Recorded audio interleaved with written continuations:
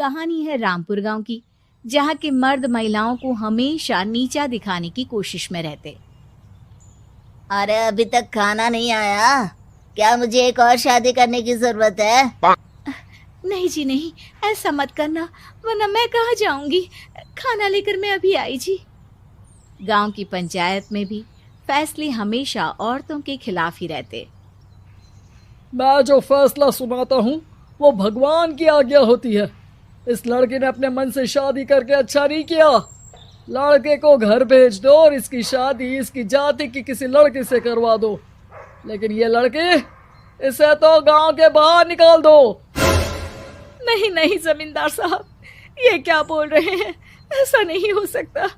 मेरी बेटी मासूम है, इसे अच्छे बुरे की समझ नहीं है। अरे कहाँ जाएगी ये बेचारी? कहाँ जाएगी? इतनी चिंता है तो पूरे परिवार का गांव निकाला कर देते हैं। बेचारे पूरे बसे बसाए परिवार को गांव छोड़ना पड़ता है। चाहे जो हो, अगर बेटियों को कंट्रोल नहीं कर सकते तो गांव में रहने का कोई मतलब नहीं है। यहाँ औरतों को दब कर रहना होगा।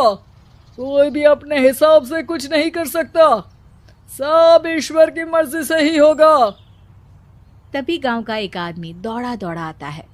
सरपंच साहब, जमींदार साहब, वो कालिया है ना, उसकी बेटी पढ़ने के लिए शहर जा रही है। अच्छा, ये कब हो गया? और कालिया की हिम्मत कैसे हो गई ऐसा करने की? लेकर आओ उसे और उसकी बेटी को। बस फिर क्या था, हाजिर हो जाते हैं कालिया और उसकी बेटी सरपंच के सामने। और कालिया, ये क्या सुनने में आ रहा है? बेटी को इंजीनियर बना रहा है तू? और ये बता, गांव में तो स्कूल नहीं है, फिर कहां से इतनी क्लास पास कर गई तेरी बेटी? राधा, जो कि कालिया की बेटी है, उसे लगता है कि सरपंच उसकी तारीफ कर रहे हैं। सरपंच जी, मैंने ऑनलाइन पढ़ाई की है, डिस्टेंस लर्निंग से। सभी में मैंने अच्छे नंबर पाए हैं, जिसे देखते हुए शहर की इंजीनियरिंग कॉलेज में मुझे स्कॉलरशिप मिली है। वाह जी वाह, क्या होती है ये? पहले तो ये बताओ, फिर आगे की बात करते हैं। पूरा गांव राधा की बात सुन रहा था और राधा बोलती जा रही थी।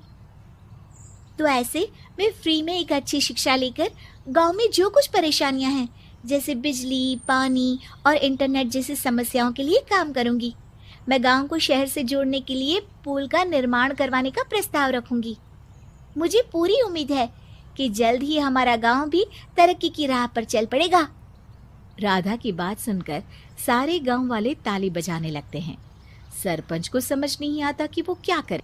चुप रह नादान लड़की, गांव के खिलाफ जाने के लिए तुझे गांव से बेदखल कर दिया जाएगा, वो भी पूरे परिवार के साथ। और हाँ, अगर ठीक से गांव में रहना चाहती है तो ये पढ़ाई लिखाई छोड़ दे। हम तेरे लिए गांव का कोई होनहार लड़का देखेंगे। तभी गांव का एक आदमी बोल पड़ता है। अरे नहीं नहीं सरपंच जी, राधा बिटिया जो बता रही है, अगर वैसा हो जाए तो हम लोगों को पैसा कमाने के लिए बाहर नहीं जाना पड़ेगा। हाँ जी, और ना ही कोसों दूर पानी के लिए भटकना पड़ेगा। हमारे बच्चे भी अच्छी पढ़ाई कर सकेंगे और आगे बढ़ेंगे, ना कि हमारी तरह खेती करते बैठेंगे। क्यों गांव वालों, राधा बिटिया का साथ देना चाहिए ना। सरपंच देखता है कि गांव राधा के साथ है तो वो चुप हो जाता है। वो घर आकर अपने सलाहकार से बात करता है, जो बहुत ही चालाक किस्म का इंसान होता है।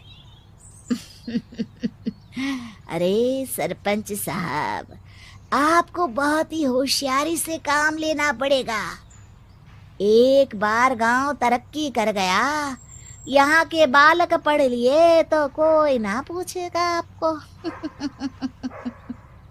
और फिर ये जो बेटा और बेटी है ना आपके, इनको भी आम लोगों की तरह ही जीवन जीना होगा। हाँ, लेकिन करे तो क्या करे? वो ना आप मुझ पर छोड़ दीजिए, बस मैं जैसा बोलूं करते जाइए। अगले रोज सुबह जब गांव वाले सोकर उठते हैं तो राधा के घर के बाहर और साथ ही वो लोग जिन्होंने राधा का